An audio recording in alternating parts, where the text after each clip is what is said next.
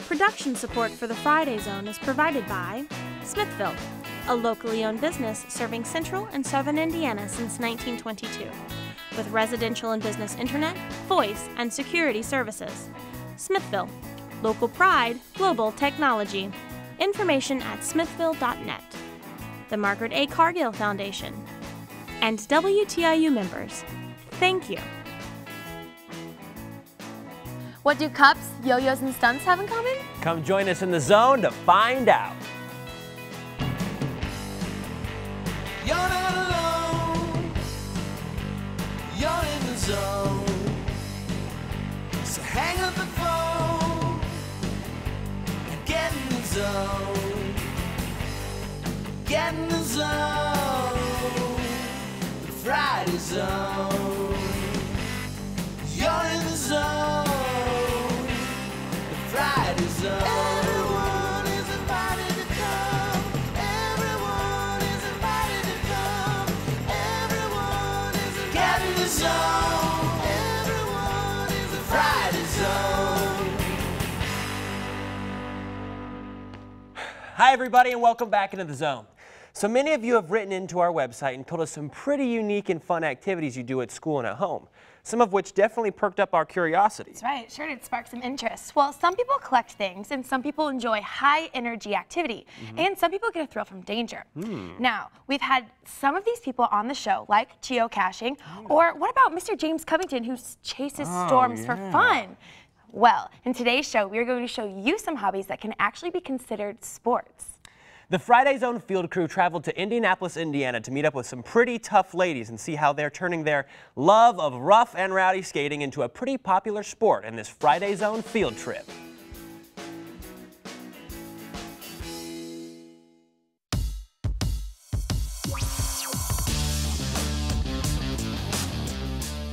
All sports require skills, strategy, and good senses, but only one requires that the player be fearless. It is a sport fired by fierce competition, a rock and roll attitude, and let's not forget, a freewheeling spirit. We visited the Indianapolis Junior Roller Derby team to watch this group of hardcore girls practice, and we even got a chance to talk with a couple of the players. Lainey Thompson, aka Attitude. I've been doing derby for 1 year. This is my going on 2nd year. You know that first, like that sport that fits you right? Well, that's what derby did to me. We also spoke with Kaya Munson, aka Rabid White. It just seemed like the sport for me. I've never actually been on skates until last year when I joined the team. The game starts with 2 teams of 5, roller skating around an oval track. Points are scored as the jammer of each team laps a member of the opposite team, who are called the blockers. Jams are 2 minutes, and they are, and that's the point when you can score. Each game is comprised of 2 quarters, and you can play as many jams as you need to. When you play, you gotta make sure you watch for the jammer, make sure she doesn't get through, and let your jammer come through. As we watched, we thought roller derby looked pretty intense, but we were assured that safety always comes first. We stay safe by wearing helmet, wrist guards, elbow guards, knee pads, and skates. Now, safety when we play the game there's rules like you cannot push someone on the back, you can't grab them or pull them, you can't grab each other's hair and throw them off the track like you've seen the big girls. Even with all the protective gear, a fall now and then might be inevitable, so the girls showed us the proper way to fall. I've had to help many new girls learn how to fall. And you don't want to just drop because that will bust your kneecap. These girls impressed us with their roller skills, but we wondered what their friends and family thought about this unusual passion. They think it's really cool. They think it's wow. And all my teachers, they're like, what? For some, roller derby will continue into the competitive adult roller derby leagues as they get older. But for many of them, it's just about having fun. Well, it's not, it's fun, and I want to keep doing derby until I get on the adult team because I just love derby. I hope to just play it. The sport's fun. It's fun to be a diva and a princess on skates, wearing cool tights, and cool outfits. So if you think you have what it takes to keep up with these roller girls, visit their website at www.indianapolisjuniorderby.com to find out how to get involved, and maybe we'll be seeing your skills on the track.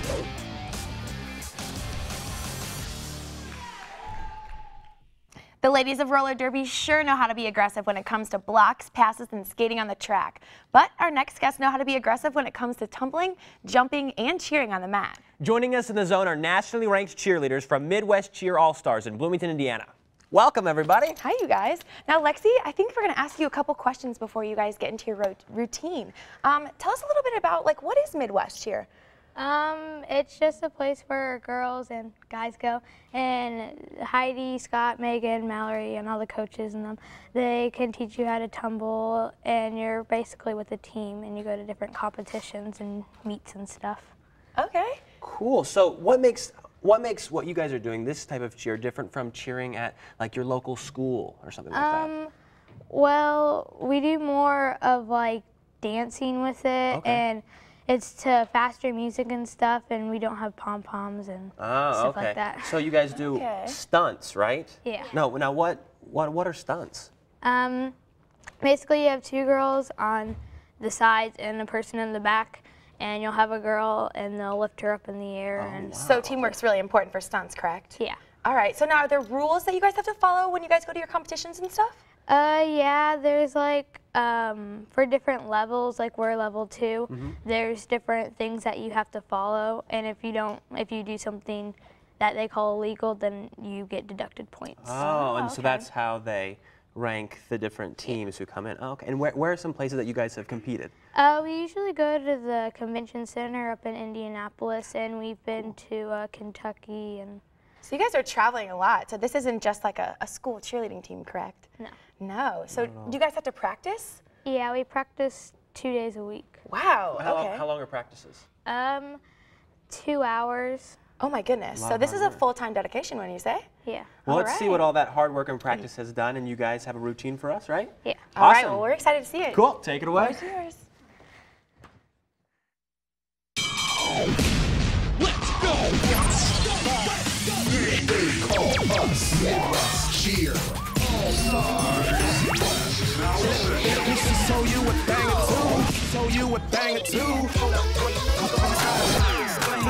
Because I'm fly. You are you.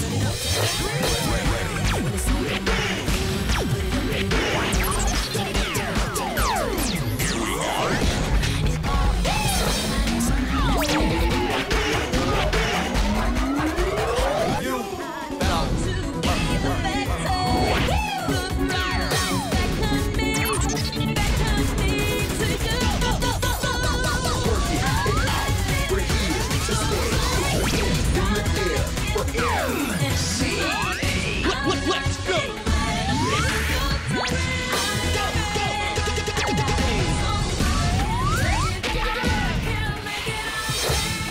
Midwest All-Stars.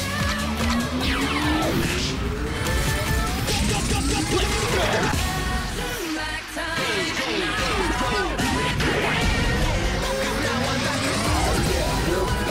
It's now or never. Thunder is better than ever.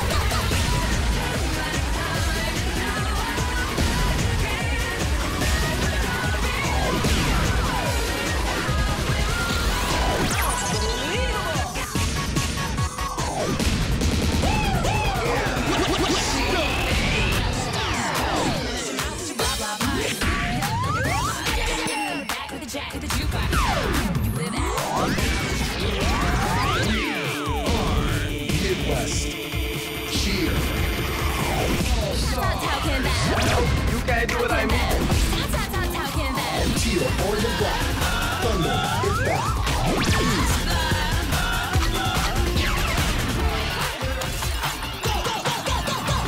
And now the moment you've all been waiting for. It was a party, everybody was drinking. The highs were screaming and the bass was shaking. And it won't be long till everybody knowing that 12 o'clock the roof will be blowing. Drinks on me, up the cups.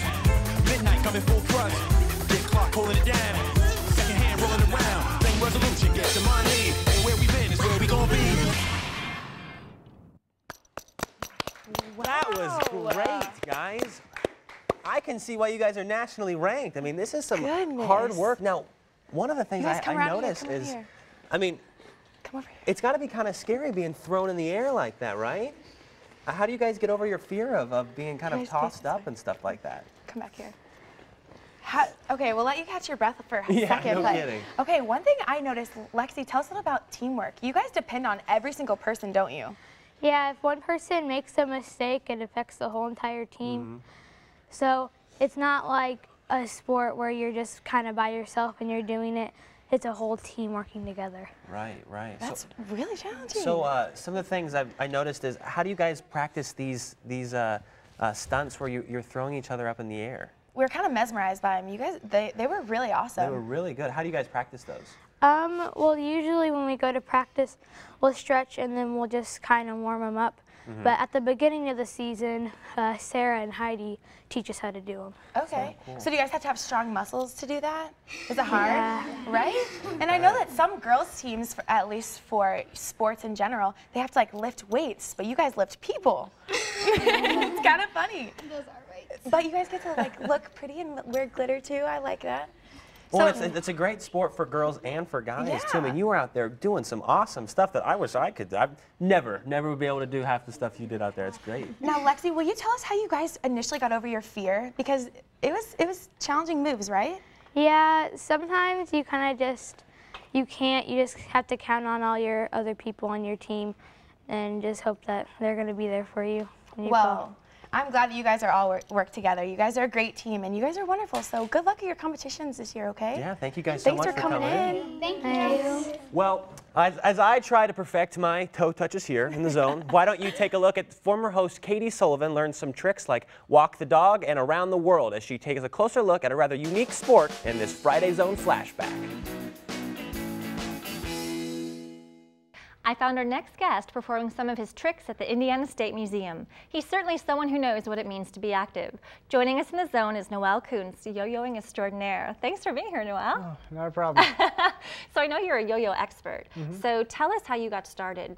Actually, I was at the Indianapolis Children's Museum and I saw somebody yo-yo. His name is Takeshi, and he was really, really good. And I saw that and I thought, I want to do that. So he kind of inspired you. Of course. I understand. Yeah. So why don't you show us one of your favorite tricks and kind of explain what you're doing when you're doing it. All right. Are you ready, guys, to see this? Okay, one of my favorite tricks, I actually made it up, it's called spin cycle. What you do is you throw a sideways throw and you would wrap it around your finger so that you can get back and forth and land back into a triangle. Do you guys think you could do that? Not yet. Now, Noel, what is special about your yo-yo? Because it looks different. Yeah, it's aluminum first off, and the axle is actually a ball bearing, and that allows the yo-yo to spin for a really long time. Okay. And it has an anodized surface, so you can do things like grind on it or grind on the rims. Wow. Yeah. So spin cycle. Wow. So you even think of your own moves. Yeah. So that comes with a lot of experience, though. A lot of experience, a lot. Can you show us another one? Of course. Actually, this one's not an original, but this one is called Mach 5. Okay. It's where you throw a front throw, and you're making the yo-yo look like it's floating. Oh my gosh. It does look like it's floating. Yep.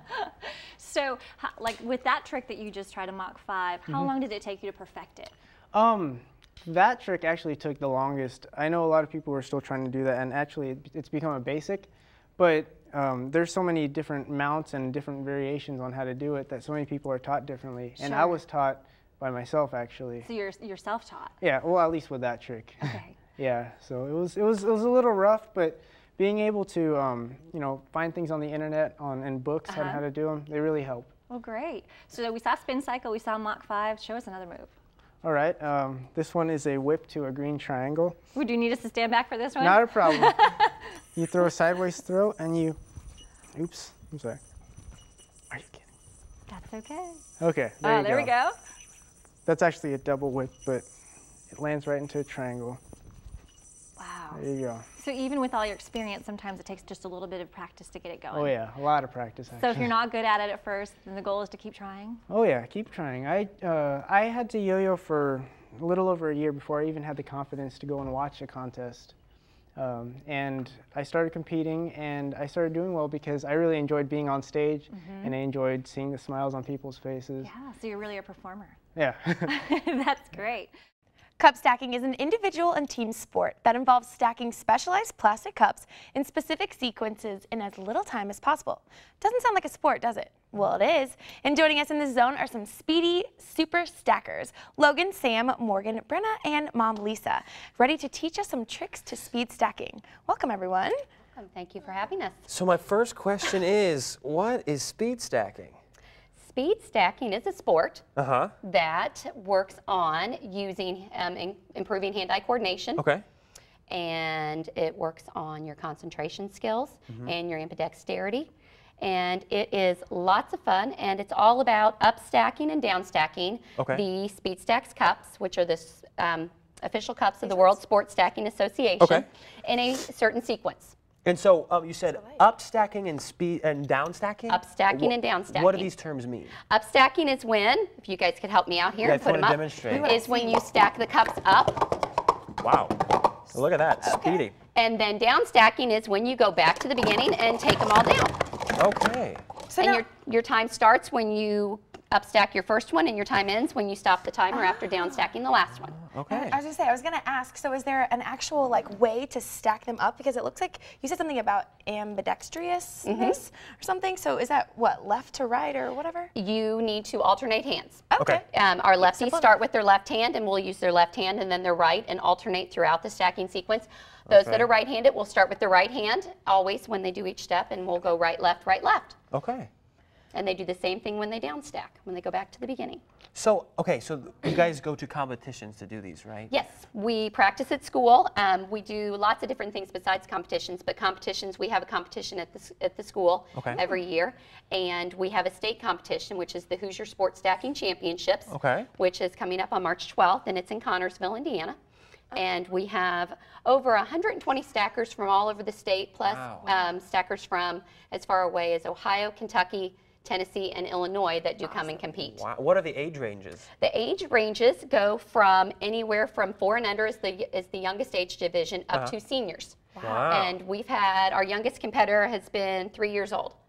Awesome. Cool. Well, let's. I was gonna say, you guys look antsy, and I want to see how you guys do this. So if you guys want to demonstrate for us, that would be wonderful. Let's see how. Is this the position you have to assume to start? You start with your hands on the timer, and when they're ready, they take their hands off. The timer automatically begins when they take their hands off. There's no ready, set, go. They can start whenever they're ready. Okay. And go, guys. Go ahead and let's see how you do it.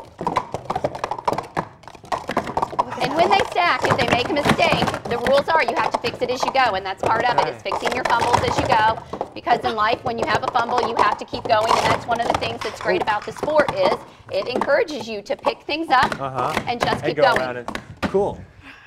So what is the, do you have to have, what is the mat? The mat is one of the products that Speed Stacks, the company, has that you can get. It is the official timing device for the World Sports Stacking Association, which is the governing body for sports stacking. It helps to reduce the noise, and it also provides the area for the stacking surface. When you stack, you have to stay on the mat. All right, cool. Stay on the mat. Now, you guys, you seem like you do this really well. What makes you better? Practice. That's it? Do you guys have a lot of practices do you guys get meet up every week or so, or do you guys? Every week or two. Every week or two, you guys meet up. How long do you guys practice? 45 minutes to an hour, maybe. Cool. Which is actually a lot of repetitions, isn't it? Because they only take a couple seconds to do, right? And I noticed up front, you guys have some other cups. Do you use these to practice with? What are some of these? What are those silver cups down there? Well, those silver cups are super stacks, and they're practicing cups. Okay. They're heavier, so they build up arm muscle. Oh, okay. And when you stack with Logan those, has some right there. Logan has some, and Logan, you can show them how those work. When you stack with the super stacks, the weighted training cups, the idea is that because they are heavier, when you go back to your regular cups, you will go faster. Right. Because of the weight difference. Cool. Now, we noticed in these cups, too, that there are the holes in the bottom. You see that? The cups are all aerodynamically designed for speed and... Gotcha. And then these are the regular Speed Stacks cups that they've had. And then Sam has, if Sam, you want to pull those out, has the newer version. These are the Pro Series cups. These are the ones that have even more. Sam, will you show the end of that to everybody? Oh, some more. They are even more aerodynamically designed. They've been improved since the originals. Cool. All right, well, would you guys mind teaching us? I think Taylor and I kind of want to have a little battle. So if you could teach us like a really quick thing, that would be awesome. Why don't you guys try and show them how to do the 3-3-3? Okay. And just so you know, like, I'm going to win. I'm going to put my hands here. Okay. So with these competitions and stuff like that, how does it, I know we talked, there's individual, and then you said there's partner? There's individual and competition events. There's the 3-3-3, the 3-6-3, and the cycle, which are the 3 individual stacks. And then there's also doubles, where 2 people stack as 1. And that's for the individuals, plus it's also for parent-child, so it encourages the parents to get involved as well. Cool. And then there's also relay events where groups of 4 do relay races. Cool, awesome. So show me how you, so what do you start with? Are you a righty or a lefty? Righty. You take your right hand first, then you put the left one on top. Oh, okay, so you go like that, like closer together, and then that go to this one? Yeah, do the same thing. Right. Shoot. Wait, on top. Right on top. Right. Yeah. Now when you down stack, same thing. Okay, so right goes down, left. Okay. Scoot it out a little bit Like more. that? Yeah. All right. All right, you want to try one time? Let's just race Start with with this. your right. Start Right, right. left, right, left. And what I do with all my younger kids is have them say right, left, right, left, right, left. Back to the beginning. Ready? Oh. Oh no! No, I'm not losing to her. I didn't stop it. I didn't stop it in time. Well, okay. I'll give her that one. Our super stackers use speed and agility to match the fastest time in cup stacking. But find out how this well-known boxer used speed and agility to float like a butterfly and sting like a bee as the Friday Zone field crew traveled to the Muhamed Ali Museum in this zone investigation.